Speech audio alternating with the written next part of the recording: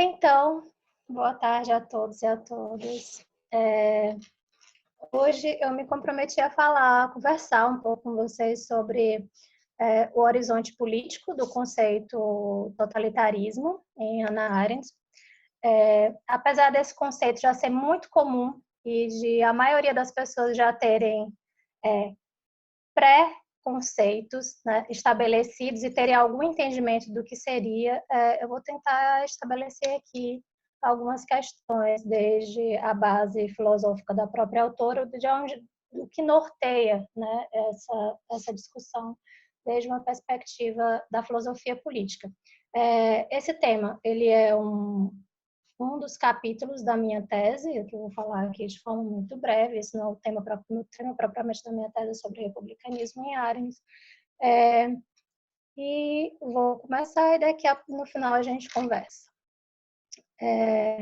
Apesar da palavra totalitarismo ela ter ganhado uma atenção assim maior, né, no panorama político contemporâneo, na obra da Hannah Arendt, né, ela se popularizou principalmente nas origens do totalitarismo, que foi publicado originalmente em inglês, em 1951, foi o Carl Schmitt, que ainda em 1927 cunhou pela primeira vez o termo no mesmo contexto, mais ou menos, que mais tarde a Hannah Arendt iria usar, né, iria adotar.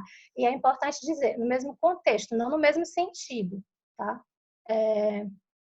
Então, no texto The Concept of the Political, que depois de ampliado se tornou uma influente obra, né, que teve a sua versão final publicada em 1932 pelo Schmitt, ele insere a palavra, né, o termo, a expressão Estado total, certo? O Schmitt ele desenvolve o conceito de Estado total contra a despolitização liberal, né, que ele vai chamar de despolitização liberal de áreas como a religião, a economia. Segundo Schmitt, só o Estado total é realmente democrático, tá? Que ele anula a separação entre sociedade e Estado. Esse termo que o Schmitt inaugura, né? Importante dizer, lembrar, né, que o Schmitt foi jurista de Weimar e mais tarde foi um acadêmico nazista, né, ganhou um destaque, né, no discurso político, sobretudo no discurso político anticomunista ocidental durante a era da Guerra Fria, onde o comunismo e o fascismo foram equalizados à base da recusa na separação entre Estado e sociedade. Nesse sentido, é importante a gente pensar que, apesar da Hannah Arendt instrumentalmente, que é isso que vai ser a nossa discussão, ela adotar o termo totalitarismo para igualar o regime nazista ao comunista, o arcabouço político que sustenta a utilização do termo é diferente, né, nos dois autores. Enquanto o Schmitt defende que tudo é político, né, tudo é político, tudo que a gente faz é político, a Hannah Arendt preserva o ideal de separação daquilo que ela chama de questão social e a esfera política, certo? Então, a Hannah Arendt ela tendia a ver como levantes sociais, movimentos de massa, como sendo totalitários, enquanto e vai defender aí uma discussão, o que ela vai chamar de questão política. Que são dois conceitos que também amplos, que dão uma discussão ampla, que para já não vai dar para a gente discutir nessa apresentação de todo. Então, nesse sentido, a Arendt ela acaba por adotar uma postura que se chamaria antissocial, né, ao ela conceber que a política de massas, ela concebe que a política de massas é um espaço propício ao desenvolvimento e estruturação de regimes totalitários, que é uma postura comum no geral, dentro do pensamento liberal. Isso não quer dizer necessariamente que a Arendt de todo seja uma autora liberal, que ela também faz várias críticas ao sistema liberal, mas gera uma tensão a partir daí. Isso também é outra discussão, se a Arendt é ou não liberal, para as perguntas, uma outra apresentação, também tem discussões com relação a isso. Essa posição da Hannah Arendt ela é antagônica ao do Carl Schmitt, porque o Carl Schmitt era um profundo crítico das democracias liberais. ele defende o Estado total, né? E ao igualar o nacionalsocialismo, o nazismo, né, ao comunismo, a Arendt defende que ambos os regimes visam destruir todas as tradições sociais, legais e políticas, né? Ela via nesse sentido que, por atacar a pluralidade, os regimes totalitários eles enfraqueciam a capacidade de pensar e do que ela chama de iniciar a ação. E assim abria esse espaço para a existência de métodos, né, de intimidação, que é o que e reflexos de propaganda, que é o que vai combinar com o que aconteceu no próprio nazismo. Então, nesse sentido, a Arendt ela instrumentaliza, ela utiliza o termo Estado total do Schmitt, mas num outro contexto, numa outra utilização política. Para ela, os regimes do nazista e o stalinista, eles representavam variedades, né, de um único tipo de sistema que era tão sem precedente quanto assustadores, né? Então, a partir dessa questão, é importante dizer que ela era ciente de que, enquanto alguns cientistas políticos viam características totalitárias na Revolução Francesa, por exemplo, outros tinham encontrado fatos históricos muito mais antigos que podiam ser caracterizados como influências totalitárias sobre eventos da modernidade. A Margaret Canavan, que é uma profunda especialista também na Hannah Arendt, ela vai dizer que os regimes autocráticos centralizados, como, por exemplo, o de Napoleão, né, que é conhecido como bonapartismo, foram estabelecidos e sustentados pela força e dedicados ao engrandecimento militar, né? Foi confirmado pela aclamação de uma população deslumbrada com a visão da glória nacional. Então, a partir daí, a Canavan ela vai dizer que é importante a gente perceber que de Bonaparte, do bonapartismo, a Mussolini, de Mussolini a Hitler, a percepção desses eventos como totalitários, no fundo, ela importou pouco na história política, né, do seu tempo. Então, é a Arendt que vai começar a dar importância a esse termo e que vai ser o representativo da utilização que a gente tem até hoje, certo? Apesar de, eventualmente, ter sido Schmitt que utilizou primeiro. A utilização que a gente usa hoje é no sentido da Hannah Arendt. Essa novidade, que ainda era frequentemente vista como uma intensificação de medidas de controle, e não como algo totalmente sem precedentes, né? Via o controle total tentava, né, estabelecer o controle total de todos os aspectos da vida, né? O que é esse totalitarismo, esse estado total, esse total, né? É o controle total de todos os aspectos da vida, que ele só é alcançado através da organização das massas, unida por uma ideologia oficial. Então, é a participação das massas na política moderna que possibilita que a democracia também forneça as condições para a forma mais intensiva de ditadura que já foi alcançada. Nesse sentido, a gente pode dizer que a autoridade de um líder, ainda que não tenha legitimidade constitucional nesse formato, ela goza do apoio das massas, e ela só é possível porque é amparada por uma ideologia. Veja, isso a gente está falando no panorama histórico, mas isso faz a gente lembrar muitas discussões, inclusive contemporâneas, dentro dos sistemas políticos. Ou seja, ainda que não haja legitimidade constitucional, quando esse líder ele consegue ter o apoio das massas, essa autoridade, ele está amparado por uma ideologia e ele consegue estabelecer sua força política. A Arendt, então, ela tem o cuidado de restringir o uso do termo totalitário, assim, apesar de todo esse panorama que eu estou dando, que vem desde o bonapartismo, pensar em Mussolini e tudo mais, e que já poderia ser caracterizado como esse totalitário, essa ideia desse total, a Arendt ela vai restringir o uso apenas a Hitler e Stalin, né? E ao nazismo e ao stalinismo. Então, quando ela vai rever a situação da União Soviética após a morte de Stalin, ela defendeu que o totalitarismo havia cessado, né? Porque, para ela, mesmo que a União Soviética tivesse emergido de um governo totalitário, né? Dentro de uma ditadura unipartidária, mesmo que depois de ter findado ainda tivessem alternativas, medidas de controle, não era da mesma forma que quando Stalin era vivo. Então, a ideologia do terror, que caracterizava essa nova forma de governo, ainda que no sentido comum da palavra tivesse presente em ditaduras como a de Mussolini, para Arendt não se apresentava como uma escala de terror de forma decisiva para que o regime viesse a ser considerado totalitário. Então, o conceito de totalitarismo, entendido pela Arendt, não é apenas mais um extremo do que outras formas de opressão política, mas é essencialmente diferente, porque tem características especiais que vão além das especificidades das tradições nacionais. Em outros lugares, ela observa que os líderes nazistas estavam bem cientes dessa distinção. Desprezavam, inclusive, o fascismo do Mussolini e reconheciam o regime do Stalin como semelhante ao seu.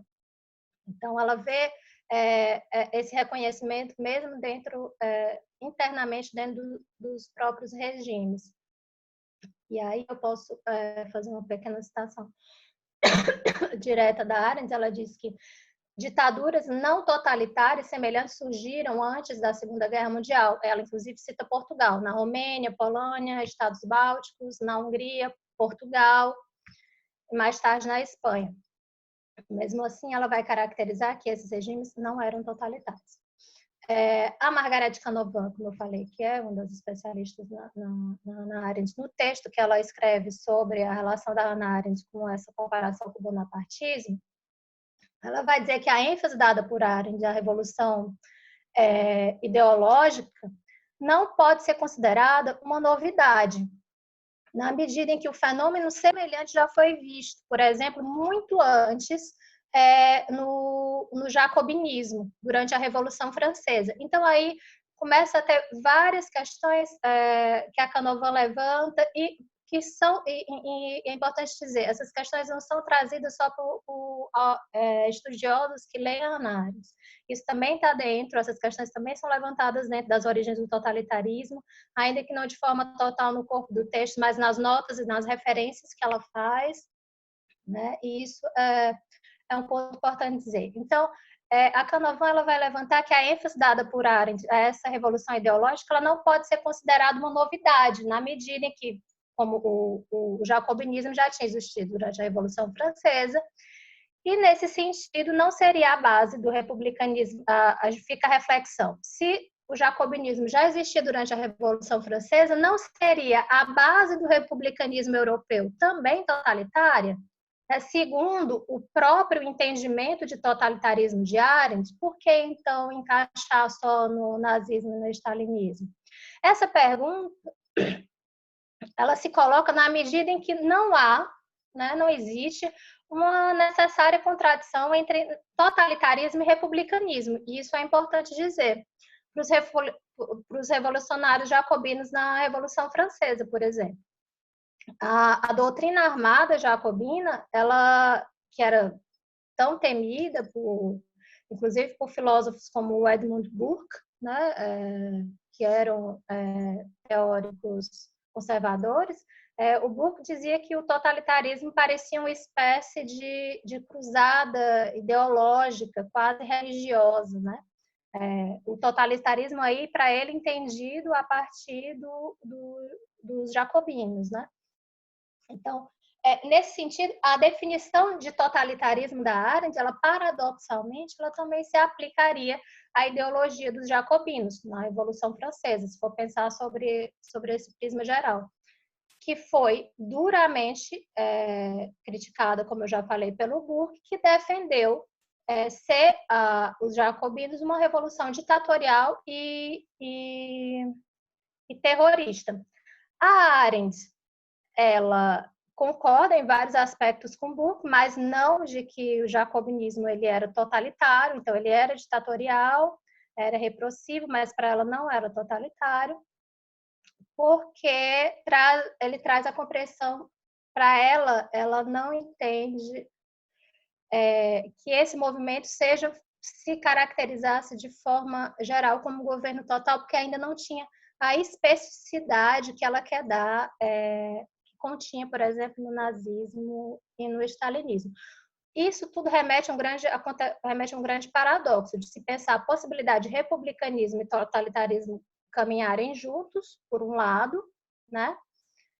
Que para os jacobinos era absolutamente possível a defesa de uma proposta republicana, ainda que eles fossem mais radicais, e já a Arendt segue na sua compreensão de que regime nazista e comunismo de Stalin foram modelos realmente específicos.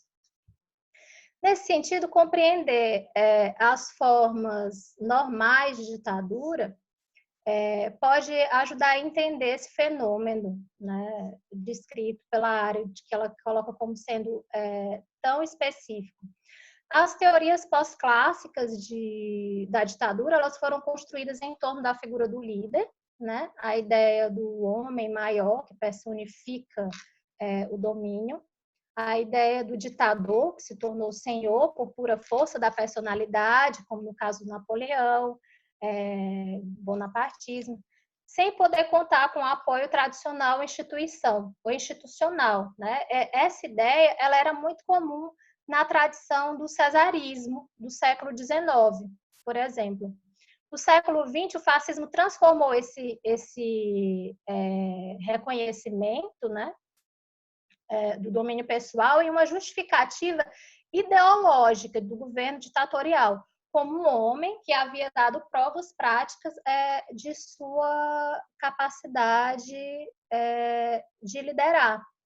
Então, para Arendt, o papel do líder totalitário é ser o centro e a personificação de uma massa em movimento, certo? É algo que é o que ela colocar como específico.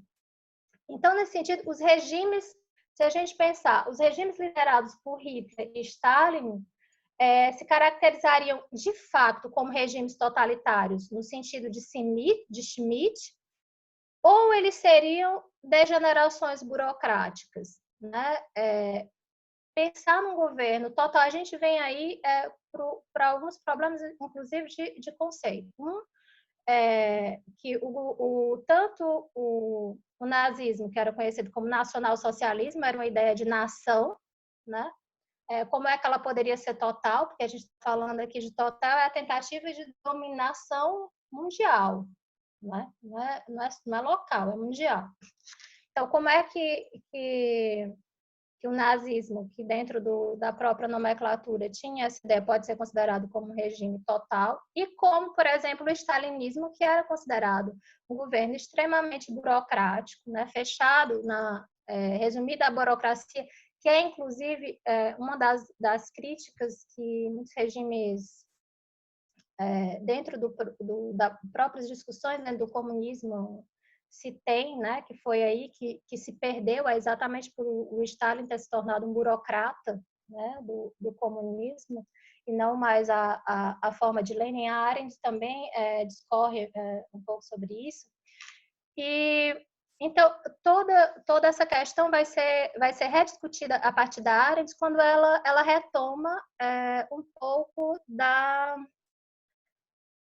posição, ela vai resgatar Trotsky e discutir um pouco sobre a ideia da revolução permanente para trazer como é que se deu essa construção desse Estado total, paradoxalmente, a essa relação desses Estados serem nacionalistas ou burocráticos, né? Então, no panfleto de 1934, do Trotsky, Bonapartismo e Fascismo, o Trotsky defende que o fascismo ele é uma contra-revolução a partir de um quadro da economia política capitalista.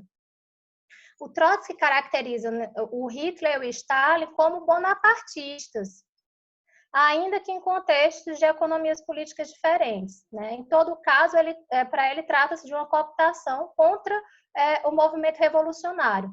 O nazismo, enquanto o nazismo e o stalinismo emergiram como contramovimentos que instrumentalmente se utilizam de elementos revolucionários, né?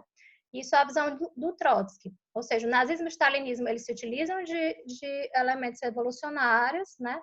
Mas para uma revolução que, na verdade, ela visa esse domínio que ele não é total, mas ele é burocrático, individual, né?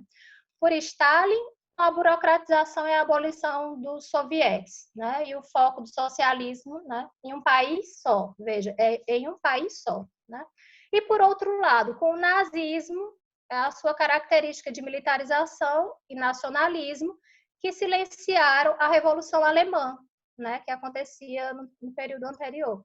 Então, ainda que eles guardassem elementos da simbologia operária e socialista, dentro dos regimes não avançaram com a economia socialista e democrática, né? A interpretação da Arendt sobre esses eventos históricos segue outro caminho do que o Trotsky disse, né? Apesar dela entender o marxismo como uma teoria que pensa o mundo a partir de uma perspectiva de transformação, ela entende que o movimento socialista, na sua forma social-democrata, não se efetivou enquanto uma teoria totalitária, porque o Marx e o Engels não tiveram em conta as oposições nacionais. Então, a partir da Primeira Guerra Mundial, há então a cisão de um único partido, que continha na sua essência a defesa de uma do que ela considera como ideologia total, né?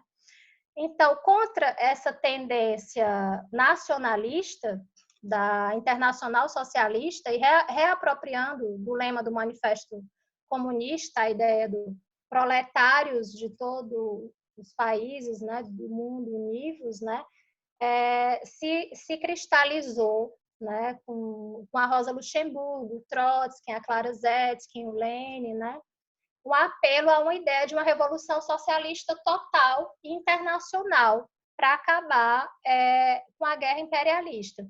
Então, a Arendt, ela não acredita que essa viragem nacionalista, no caso da Alemanha e no caso do Stalin, ela chegou, de fato, a ocorrer nos movimentos totalitários bolchevique e nazi, né?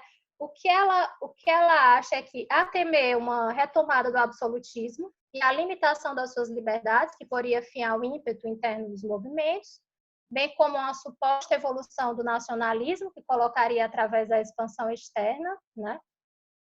Eles acabaram por seguir a direção de um governo total. Então, na verdade, a Arendt ela acredita que a teoria da revolução permanente de Trotsky, no contexto do bolchevismo, que era o que foi defendido, pouco conseguiu efetivamente se configurar como modelo totalitário. Por isso que ela não considera necessariamente que antes, até nesse período anterior, que a ideia do Trotsky em si, ela conseguiu se efetivar. Ela acredita que o Stalin ele se utilizou da ideia da revolução permanente do Trotsky, que ele nunca colocou em prática, né? E fez tipo um teatro, assim, ele dizia que era nacionalista, que era um governo burocrático, mas que no fim o seu objetivo era total, né? Então a gente tem aí um grande paradoxo, um grande conflito histórico. Então, para ela foi o Stalin, né, que de fato pôs em prática a teoria do Trotsky e não Trotsky, né? Ainda que de maneira retórica ele tenha atacado essa ideia porque ele era opositor do Trotsky. Esse argumento vai em oposição à ideia do próprio Trotsky. Eu já estou quase no meu fim, né, aqui do tempo. sobre esse assunto, que defende que a ascensão de Stalin significa uma reação comparável ao bonapartismo após a Revolução Francesa. Né? O Trotsky, ele entende que dentro dos confinamentos dos estados separados, né, uma produção socialista ela não pode ser introduzida por razões políticas e econômicas. Então, a doutrina totalitária da internacionalização, enfim, ela vai ser substituída por uma doutrina nacionalista de socialismo num só país, que é o que o Trotsky entendia como a proposta do stalinismo. Enquanto a Arendt pensa em encontrar uma teoria total internacionalista, né, como a teoria da revolução permanente, também na Alemanha nazi.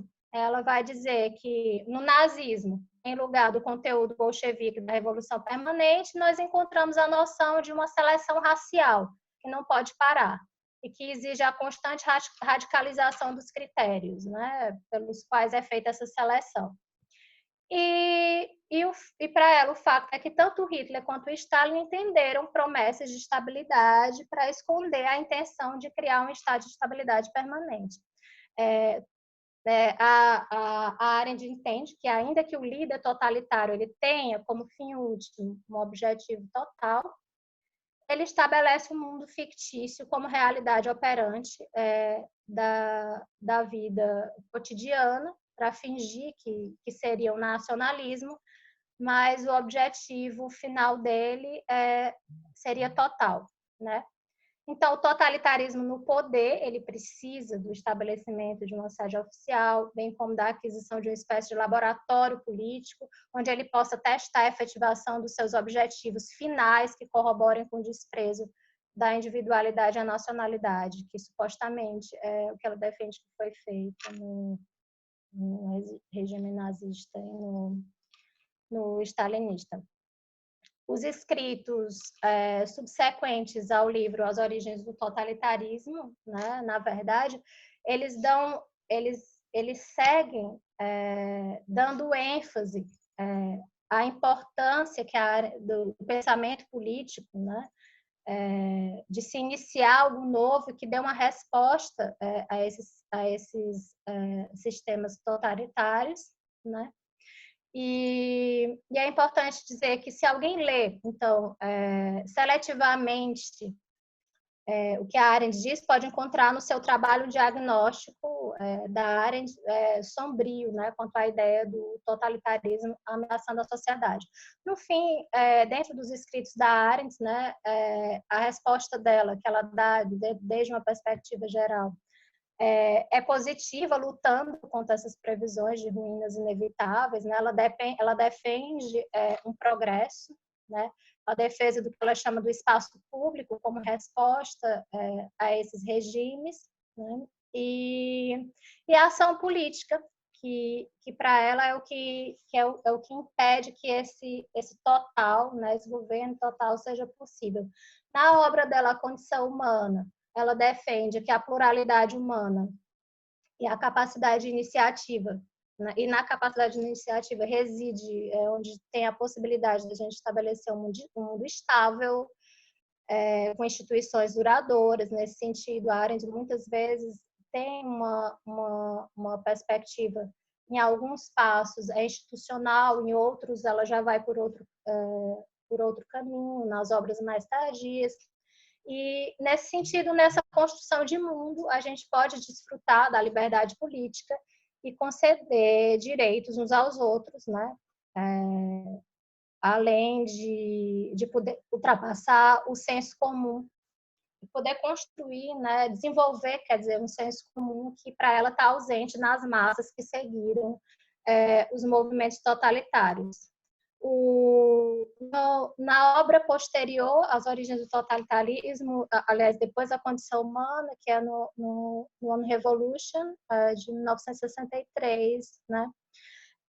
A ideia difundida de Maquiavel a Schmitt de que a concentração de poder nas mãos de um verdadeiro líder pode superar as crises, né? Em Arendt passa a ser norteada pelas atividades dos pais fundadores da República americana, né, dos Estados Unidos, que para ela vão oferecer uma proposta alternativa à ditadura e à violência. Ou seja, todo esse caminho, desde as origens do totalitarismo até as obras posteriores, desde a condição humana, que faz uma reflexão mais fenomenológica das atividades humanas, até ela chegar no War Revolution, que ela vai dar como resposta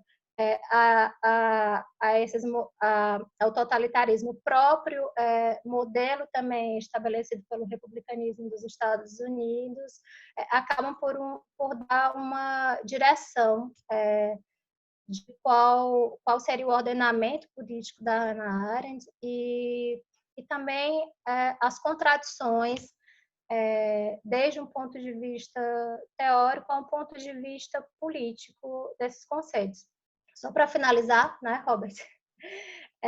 Eu queria dizer que é importante a gente entender que na área da filosofia política é muito mais complexo pensar nesses conceitos desde um ponto de vista filosófico, porque eles também foram utilizados instrumentalmente a partir de uma defesa, desde um ponto de vista político. Existe motivações e momentos para que os conceitos defendidos pela Hannah Arendt eles fossem estabelecidos e colocados como senso comum. E para Hannah Arendt também, né? Desde o momento político dela.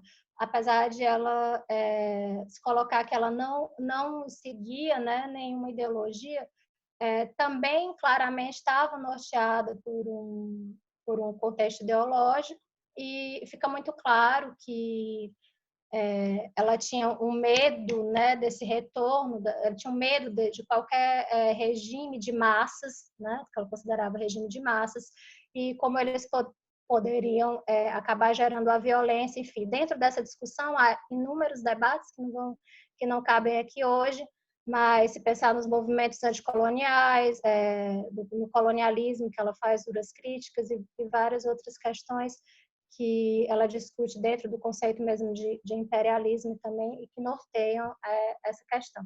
Então, eu espero ter dado alguns insights para a discussão, que é longa, extensa, e às vezes pode ficar confuso, porque realmente tem muita coisa para ver a partir daí, apesar do senso comum que se estabelece, mas que fica alguns pontos para vocês, desde para as perguntas, mas também para vocês investigarem depois, quem tiver curiosidade no assunto.